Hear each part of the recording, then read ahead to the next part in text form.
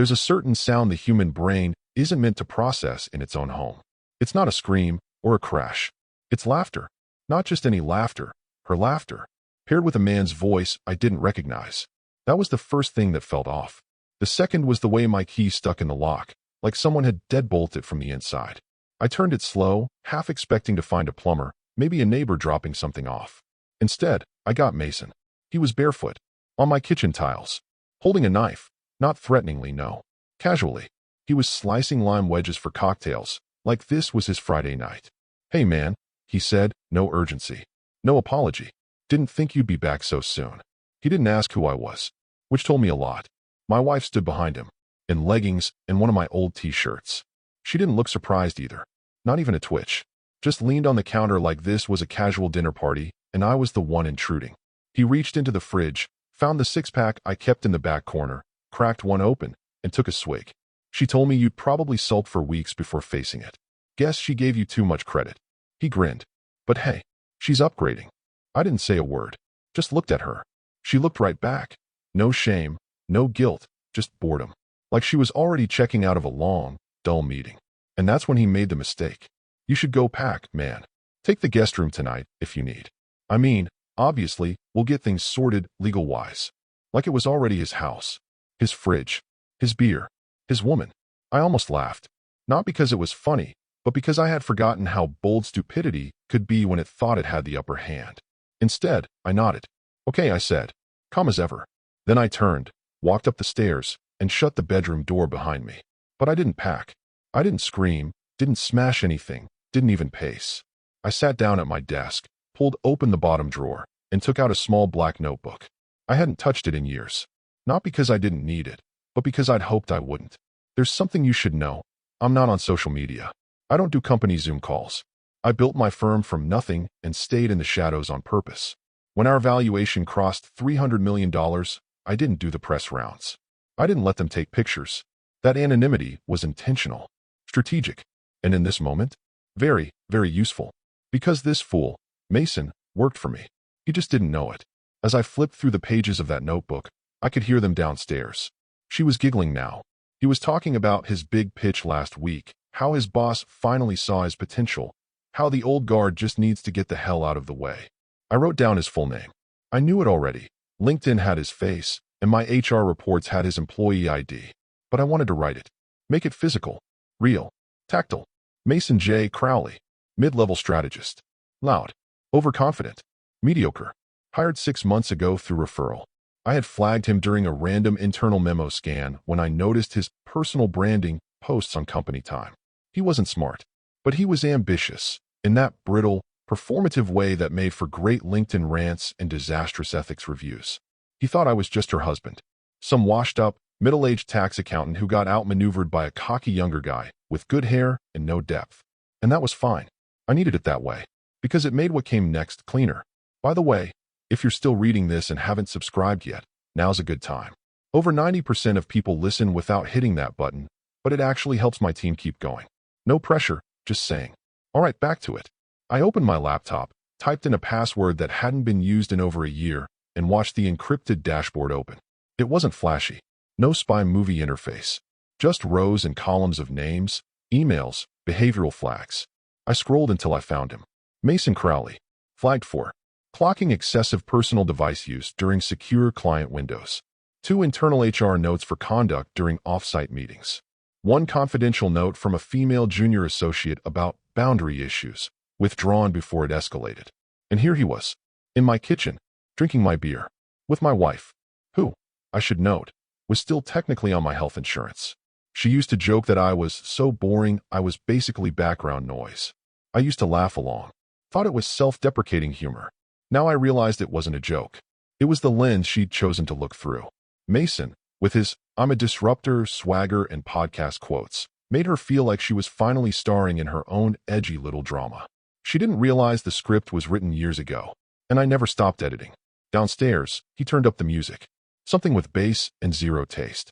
He was making himself comfortable. That was fine, because I was about to make him unforgettable. He pulled the curtains open like he paid the mortgage, set his boots on my coffee table, mud still on them, put on music that rattled the art on the walls, the same art she once told me gave the house class. Now she nodded along to some synth-drenched garbage while he made himself a double whiskey in my glass. "This is a great space," he said. "Open concept. You ever think about knocking down that corner wall?" She shrugged. It was always his thing.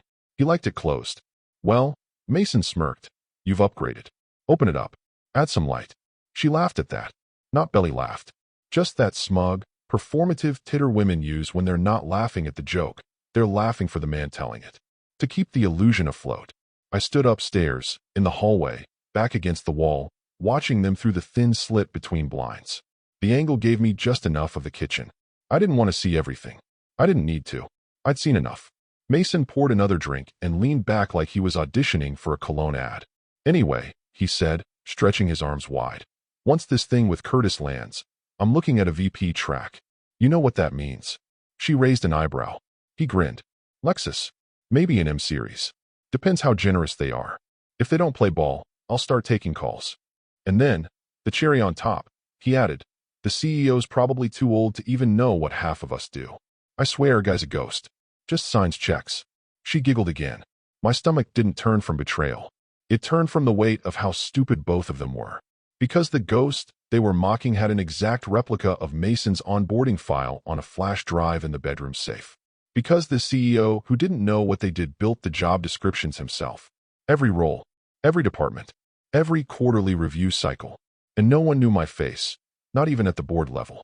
When we went public, I stepped away from the spotlight, let the COO handle press, let marketing invent a founder figurehead who looked good in suits. That was the point. I got to walk around conferences unnoticed. I got to ride elevators with interns and listen to what they actually thought. I got to sit in meetings, say nothing, and learn everything. Now Mason was bragging about leaking parts of the Curtis brief, the very deal I had brokered 2 months ago, using a shell firm. He thought the inside scoop he fed his friend at that trash finance blog was his ticket to relevance. He didn't know we had already flagged his IP. We just hadn't acted yet. Yet, the arrogance didn't bother me. Not really. It was the assumption, the automatic, unthinking assumption, that I was disposable, replaceable, weak. That because I was quiet, I had no claws. Because I didn't perform power, I had none. He turned to her and said, "So when do you think he'll actually leave?" She exhaled, bored. "I don't know. He'll come around. He always caves." Caves. I stood still, perfectly still, because I wanted to remember that word. Then Mason leaned over and kissed her, like the kitchen, the house, her mouth, her time, her decisions. All of it was his now. My hand gripped the window frame. Not from jealousy, not rage. From the sheer absurdity of it all. I had spent 15 years shielding her from storms she never even knew existed. She thought being married to me was boring. She never noticed the wires I ran beneath the floorboards, the protection clauses I inserted into every shared asset, the passive structures I built under her name, because I wanted her to feel independent, without risking real exposure. And now here she was, laughing with a man who used company Wi-Fi to leak confidential decks from his work laptop. He started opening drawers. Asked her, "You guys got one of those milk frother things?" She said, "Yeah, somewhere." He said, "You'll have to show me where stuff is later. I'm going to start bringing my protein blends over." He clapped his hands. "Oh, remind me to measure the garage. Got to make sure it fits the new ride once I close the bonus." She gave him a little wink and said, "This weekend, maybe?" Deal. That was the moment I knew. It wasn't about dignity anymore. It was about documentation. I walked back into the bedroom, opened the safe, and pulled out the second drive, the one labeled Maven Flag. I plugged it in, watched the screen light up. 10 folders, each with a name, each a profile, each someone who once thought they were irreplaceable. And now, just archived errors. I dragged Mason's name into a new folder, labeled it Live Case, Priority A. Let the system begin syncing. He wanted to play CEO? Then he could experience how quickly a real one buries people like him. When I came down, the music was louder than before, as if volume somehow asserted control. He was sprawled across the couch now, one arm tossed over the back, the other lazily holding a tumbler filled to the brim with my 12-year Glendronach. That bottle was a gift from my old mentor, retired now, living quietly on a boat in Maine, and I'd been saving it for our anniversary, the one she apparently forgot. Mason looked up and smirked like a kid caught raiding the liquor cabinet. "Don't worry," he said. "I left you enough for a toast with the lawyer." The folder in my hand wasn't thick. It didn't need to be. He assumed it was paperwork, divorce filings, maybe property assessments, or a note saying, "We tried." That's what people like him expect. Dramatic paperwork, maybe even a scene. But drama requires a reaction. I was done giving him that. That for the divorce lawyer? He chuckled, tipping his glass toward me. Tell him she's already taken. She laughed again. The same brittle laugh she'd used all night. The kind you use when your only real line of defense is to pretend you're unbothered. I didn't answer. I didn't even look at them. I walked into the kitchen, slid the folder gently onto the marble countertop, right between them, and walked out. No words. No flourish. Just a presence they couldn't understand. He called after me. Not even gonna fight. I stopped on the first step, hand on the railing, and turned just enough for my voice to carry. I don't need to. Silence. The kind of silence that makes people uneasy because they don't know what it means. Mason shifted in his seat. My wife tilted her head, a trace of confusion in her smirk. Because for the first time, she wasn't sure if I was bluffing. Back upstairs, I could hear them again. Not the giggles this time. More hushed tones, curious, wary. He asked her what the folder was. She said, probably some petty list of things he wants to keep. He opened it. I heard the manila crack. And then, the pause. I imagined his eyes scanning the first few lines of the report, marked confidential, internal risk assessment. Mason Crowley. Date of hire, 6 months prior. Position, strategic ops, tier 2. Notes. Anomalous login behavior flagged across multiple devices. Project Curtis brief exposure traced to Crowley access log. Audio snippets recovered. Unsanctioned discussion of deal pipeline with third-party journalist. High probability of NDA breach. Suggested, escalate to compliance lead with executive oversight. The documents included screenshots of Slack messages he deleted, metadata from the attachments he forwarded to his personal email, thinking no one would trace the MAC address. Even a partial transcript from a drunken voice message he left a friend bragging about knowing too much and having dirt that could make him jump a level overnight. He'd been sloppy.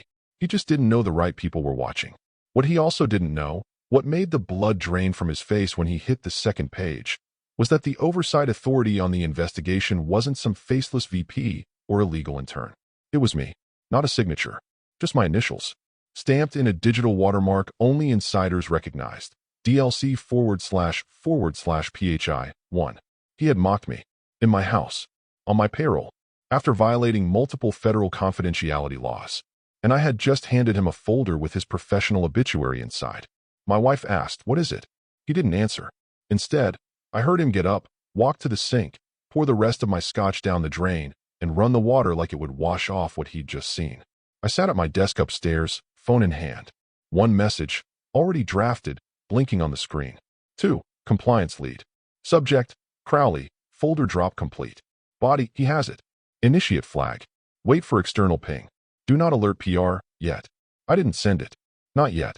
Because the best part of letting a man think he's in control is watching how quickly he drowns when he realizes the boat's been leaking for weeks.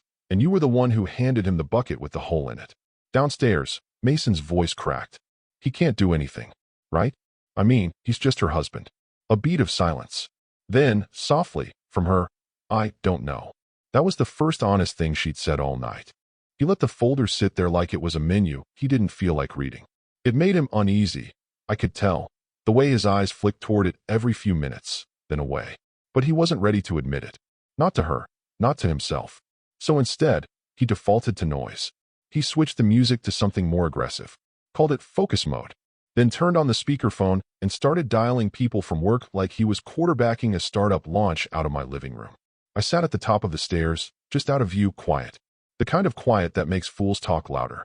First call, Brett from sales. Yeah, Mason said, pacing near the kitchen island. I'm at her place now. He's still here, but basically done. Some folder crap, trying to look serious. A pause. Then laughter. No, man. I'm not worried. He looks like he still uses fax machines. Honestly, you should see the guy. He's like a taxidermied accountant. Another laugh. This time hers. Second call, Damien from BizDev. Dude, listen. Curtis is gonna land. I can feel it. Once it does, I want that chair across from Jake. I'll handle APAC. I've been pulling weight, right? You've seen the decks.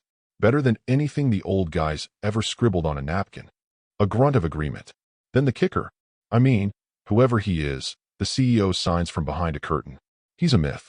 A nameplate. Some old fart with a P.O. box and a bad knee. That's when I looked down at my hands. The skin on my palms is rougher than it should be for a guy who spends most days behind screens. One scar, right along the lifeline. A slice from a utility knife, back when I was laying cable in the first office space we leased, a place that didn't even have heating for the first 2 months. I signed that warehouse lease with a bandaged hand and an empty wallet. And now I was a nameplate. I sat back. Let it sink in. Not the insult, the perspective. This was never about my wife, not really. She was just an echo chamber for the kind of man Mason always was. Performative, transactional, and hungry for things he thought made him powerful. He didn't love her. He loved what she represented. Validation that he was worth something. She mistook that hunger for passion. I mistook her loyalty for permanence. That was on me. But this was all on them.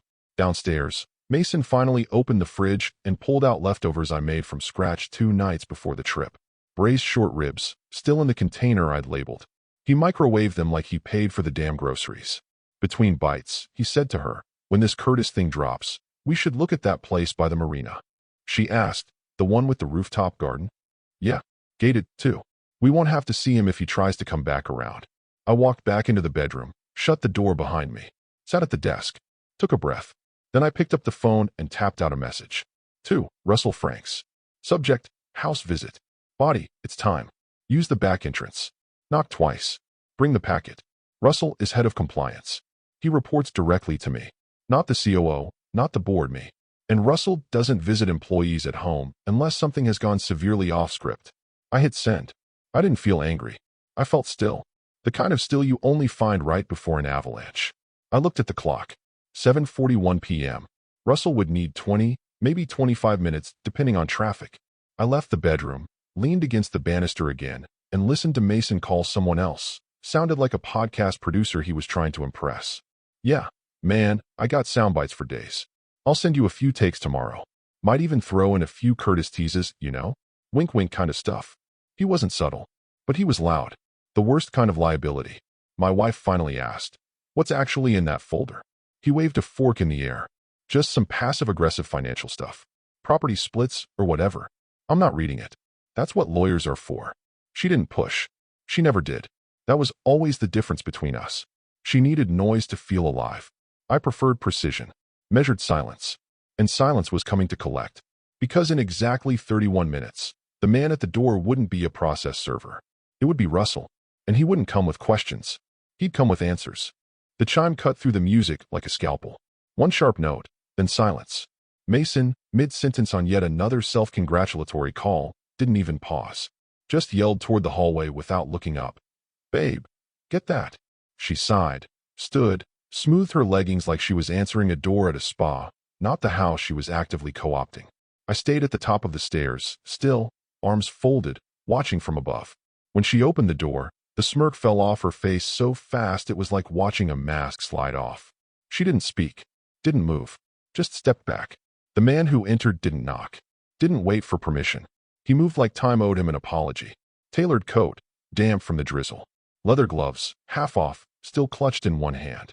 Eyes scanning past her like she wasn't even there. He was pale, breathless, jaw locked. "Where is he?" he asked. Not a question, a demand. Mason, now rising from the couch like a Roman senator, gave the man a lazy once-over. "You're looking at him." No response. No glance. No acknowledgement. The man's eyes locked on mine, standing silently at the top of the staircase. He exhaled like he'd just found oxygen. "Sir," he said, voice low, tight, urgent. "We have a situation." Mason blinked. "I'm sorry, what?" The man still didn't look at him. That's when Mason stepped forward, puffing his chest a little. "I think there's been a mistake, my guy. You're looking for someone else." Still nothing. The man's gaze remained fixed on me, like everything else in the room had stopped existing. My wife finally spoke, her voice thinner than I'd ever heard it. "What's going on?" The man didn't answer her either. He removed a sealed envelope from inside his coat and held it tightly. Not out, not offered, just held, like it was too important to let go without the right words being said first. Mason scoffed. "Look, man, whoever you are." Finally, the man cut in. "You need to sit down and stay quiet." His tone wasn't angry. It was clinical, precise, like someone in crisis management who's 5 seconds away from calling security. Mason froze mid-step. His expression cracked for the first time. Not fear, Not yet. But the confusion of a man whose reflection just blinked at him. I walked slowly down the stairs. Each step measured, soundless. My eyes didn't leave the man at the door. His face twitched slightly when I got close, not in discomfort, but in relief. Like he'd just confirmed the worst-case scenario and now had a plan. "I'm assuming," I said quietly, "that what I flagged finally reached your desk?" He nodded once. "Escalated 30 minutes ago. I came myself." "Good." Mason opened his mouth, closed it, opened it again. "Who the hell are you?" I turned to him. There it was, the crack in his voice. The shift. I didn't answer him. I just took the envelope from the man's hand and opened it slowly. Inside, a printed copy of an internal breach alert. Severity level 3. Time-stamped. Detailed. Not just about data. About behavior. About unethical proximity to a named source. The source? Mason. I handed it back. "Walk me through it." The man straightened his back. Whistleblower evidence confirmed. 2 audio leaks from secure decks. One flagged under Curtis. One under Keelridge. Both traced to a company-issued device, IP matched to his terminal. Timestamped during NDA-sensitive review sessions. Legal notified? They're waiting on your go. Board's been looped. PR? Not yet. Waiting to see if it hits press first. Mason took a step back. "You're making a mistake. He's my ex's husband. This isn't a thing." The man finally turned to face him. "Son," he said, his voice flat as cement, "that man signs your payroll." You could hear the silence after that. Not a metaphor. You could feel the air retract, like the room realized it was too full of lies and needed to breathe again. My wife sat down, not because she was told, because her legs couldn't hold her anymore. Mason, to his credit, didn't collapse. He clenched, like maybe he thought he could still talk his way through it. Maybe with charm, maybe with volume. I walked to the kitchen, opened the fridge, pulled out the last untouched water bottle, and took a sip. Then I looked at him. "You were told the CEO was a ghost," I said. "You just didn't think he'd walk into his own house." He didn't respond. He couldn't. I took each step like I was walking down into a performance I had written, directed, and now, finally, decided to star in. Mason stood there with his mouth half open, halfway between a question and a gulp. The cocky spread of his shoulders had vanished, replaced by something more brittle. His boss, Russell, stood rigid near the door, glancing between us like someone about to defuse a landmine. "Wait," Mason said, gesturing toward me with an awkward laugh. "Can someone please tell me what the hell is going on? Who even are you?" Russell didn't even blink at him. Instead, he turned his head, slow, surgical, and looked at Mason like he was a petri dish gone wrong. "You moron," he muttered. That was it. Not dramatic.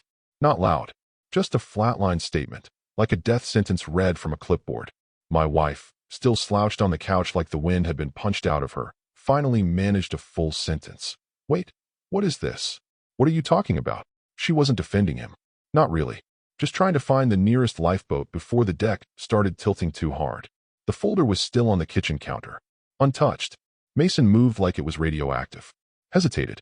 Then snatched it up with both hands and popped it open, almost defiantly, like maybe it would just be old tax statements or an emotional monologue in paper form. Instead, his eyes locked. He didn't flip the page. He didn't need to. The first sheet was a printed log of his company email metadata. Time-stamped forwardings to a non-secured Gmail account. File titles matched sensitive projects. Curtis, Keelridge, and one particularly volatile early-stage defense tech startup with multi-million-dollar NDAs attached. The second page listed flagged messages from Slack. Keyword hits. Leverage. Leak. They'll never trace it. The third? Voice-to-text transcript of a drunken voicemail he sent to a former coworker at 1:37 a.m., bragging that he had a folder so hot it'd blow the CEO's wrinkled ass into early retirement. Page 4 was blank. On purpose. Just a header that read, "This record has been digitally preserved in accordance with internal code blue policy. Evidence certified for escalation upon direct executive authorization." And that's exactly what I had done. Mason's lips moved like he wanted to read it out loud, but no sound came. He closed the folder, then opened it again, like maybe the contents would change.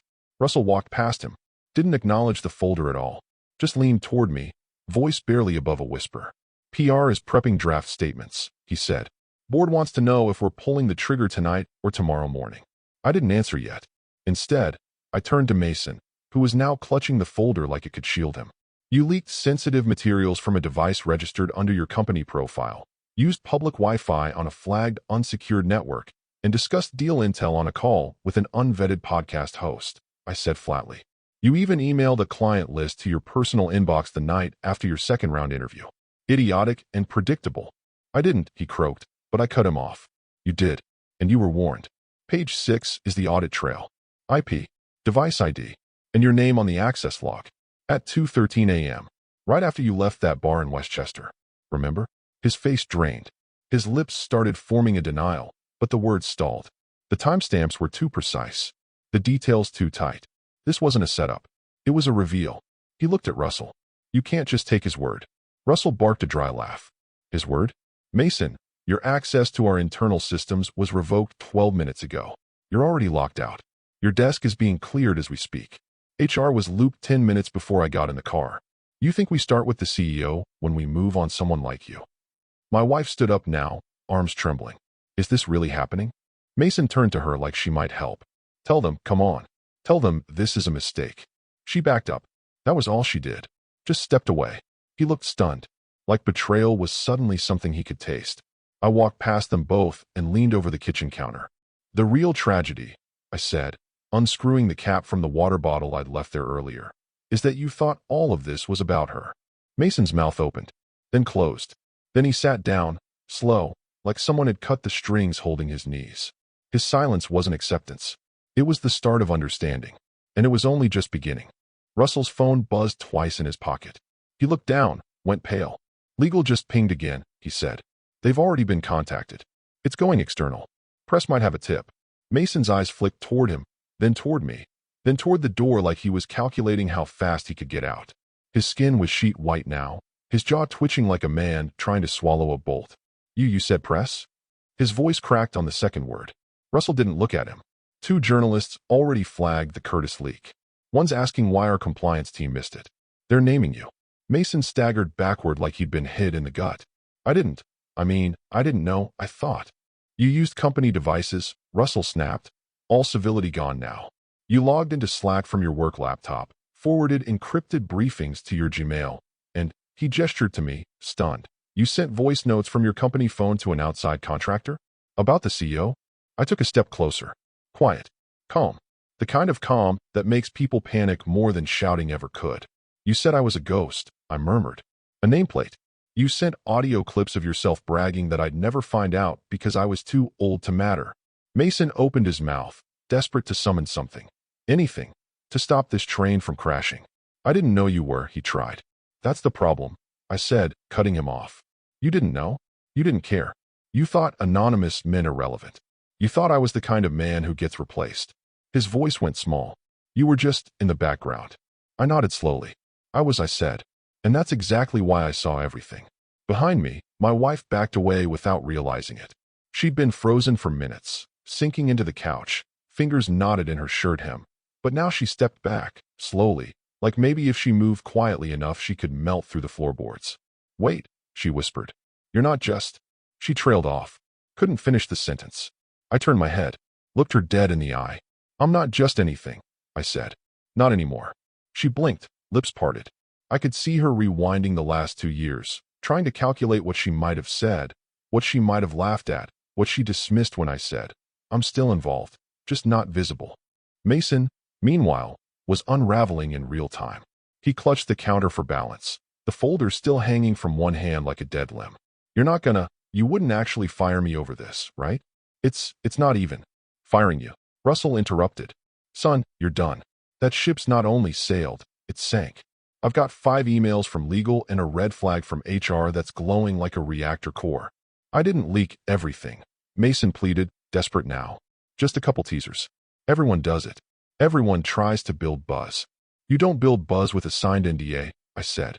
You build lawsuits. You endangered the Curtis acquisition, exposed our early intel on Keelridge, and risked a multi-million-dollar defense contract. But sure, let's call it buzz. He looked at my wife again, desperate now, eyes pleading. She looked down. Not a word, not a sound. Just shame blooming silently across her face like ink and water. This can't all be happening, Mason said. You set me up. You planned this. I shook my head. No, I said. You walked right into it. I just made sure the lights were on when you did. Behind him, Russell's phone buzzed again. PR wants a quote, he said. They're going to preempt the leak. Control the story. I looked at Mason. Give them this. We trusted the wrong man, and we corrected it fast. He collapsed onto the bar stool, finally out of defiance. Not sitting, collapsing, like a marionette whose strings had finally given out. And in that moment, I saw the man not as a threat, but as exactly what he was. A footnote. And I hadn't even turned the page yet. The silence was broken by vibration. A faint, stuttering buzz from the kitchen island. Then another. Then another. My wife's phone lit up first. 3 missed calls. Then a flurry of texts from her sister. What is happening? I'm hearing things I don't understand. Are you okay? Is that true about Mason? She grabbed the phone like it might explain something before she had to ask me. Her eyes darted across the screen, scanning rapidly, jaw tightening. Then Mason's phone lit up. A banner across the top. HR department, urgent. Another from a number he didn't recognize. Then another. And another. He didn't answer them. He stared at the screen like it had betrayed him. Why are they calling me? He whispered. Why would they be calling me now? Because now had finally arrived. He fumbled with the phone, thumb hovering over the screen like he might reject the whole reality if he just didn't tap, accept. Then came the message that punched through his last wall of denial. A single line from the head of internal investigations, sent via encrypted SMS. You are not authorized to delete any company property. A legal hold has been initiated. Mason's whole body flinched. He looked up at me, trembling now. His voice broke. You set me up. I walked past him, didn't even look at him. Opened the fridge, grabbed one of the waters he hadn't touched, took a long sip. Cold, clean, familiar. Then I turned around and met his eyes. No, I said flatly. You volunteered. He blinked. What? You walked in here thinking you were stealing something, I said. But you handed over everything the second you opened your mouth. But I didn't leak, he started. You did, I said. Maybe not the full PDFs, but voice notes, screenshots, teasers. Enough to trigger legal, enough to get Curtis nervous, and enough to set our PR team on fire. I didn't know, he muttered. I didn't know who you were. You didn't care who I was. I could feel my wife behind me, still scrolling her screen, her breathing shallow. Her hands were shaking now. Every few seconds her screen lit up with a new notification. Her sister again, then a college friend, then a message from someone I recognized. Lacey, a mutual friend from the yoga group she always swore wasn't gossipy. Is that your Mason in the news? You're trending. It's bad. Is Tom really the founder? What? She stared at those texts like they were in another language. Because until that moment, she had never Googled me. Never asked questions about the boring business I ran from the guest office. She once called me a quiet engine, said I kept things running while she focused on living. And now the quiet engine was roaring back to life, and she didn't know where to stand. Mason was spiraling. He checked the HR message again. Then his email. Already locked out. He opened Slack. Error. Teams. Error. Internal dashboard. Gone. He looked at me like a man who just realized the fire had started under his feet 20 minutes ago. What happens now? He asked, voice cracking. Now. I said. Now you get to see how much oxygen you really had. Russell stepped in again, checking his watch. We have a call with legal in 12 minutes. Do you want me to initiate full severance cancellation? I nodded once. Pull everything. Mason snapped his head up. Wait, everything? That's not. You violated compliance, Russell said. Multiple times. The second we forward your phone logs, legal will initiate the clause. You're lucky we're not pursuing criminal. My wife finally found her voice. What clause? Russell glanced at her, then at me. I shrugged. Let him answer. Clause 14.3b, he said. Standard corporate protection. Breach of trust, internal sabotage, and reputational risk equal forfeiture of options, bonuses, and immediate removal from equity consideration. It's all in the paperwork. Mason's mouth hung open. His hands trembled. But I had equity promised. Not anymore. He turned to her like she could stop the bleeding. Tell them I didn't mean it like that. Tell them this is crazy. She stepped back. Again. Then did something Mason had never seen before. She looked at me. Not to beg, but because she finally understood who held the air in the room. And Mason? He was choking on it. I didn't slam the door. I didn't raise my voice. I didn't need a grand exit. Just a quiet step back from the wreckage. They stayed frozen in place as I walked past them. Him still gripping the edge of the kitchen island like it might stop the ground from giving way.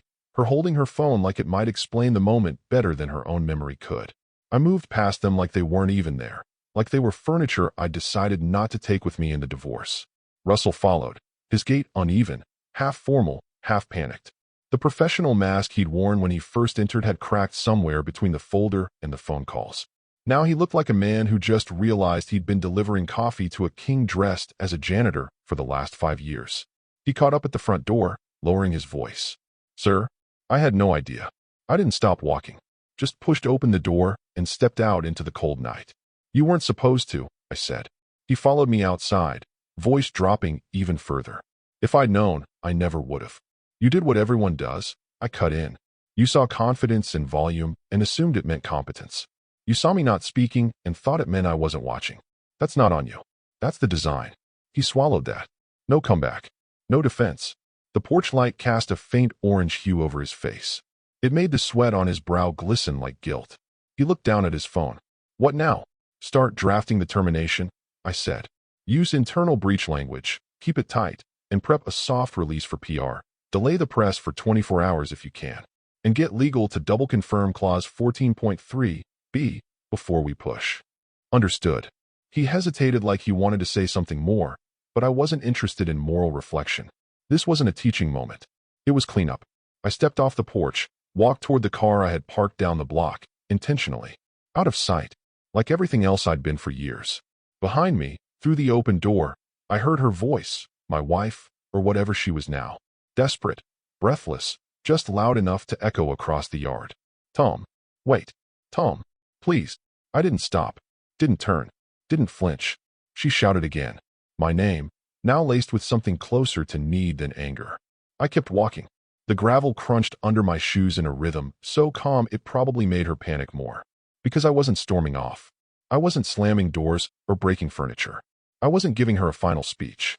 I was just done, and she had no idea how to fight that. That's the problem with people who feed on drama. Silence terrifies them. Especially when it's coming from the one person they thought they'd already destroyed. I reached the car, got in, shut the door behind me. From the windshield, I could still see the house. The warm kitchen lights casting two long, misshapen silhouettes inside. Mason was sitting now, slumped like a man who'd been hit by a truck his own arrogance built. She was pacing, on the phone, likely calling everyone she thought could fix it. Her sister, maybe her friend from the gym, possibly even my lawyer. It didn't matter. What mattered was that neither of them had expected the exit. Certainly not this exit. They expected a broken man.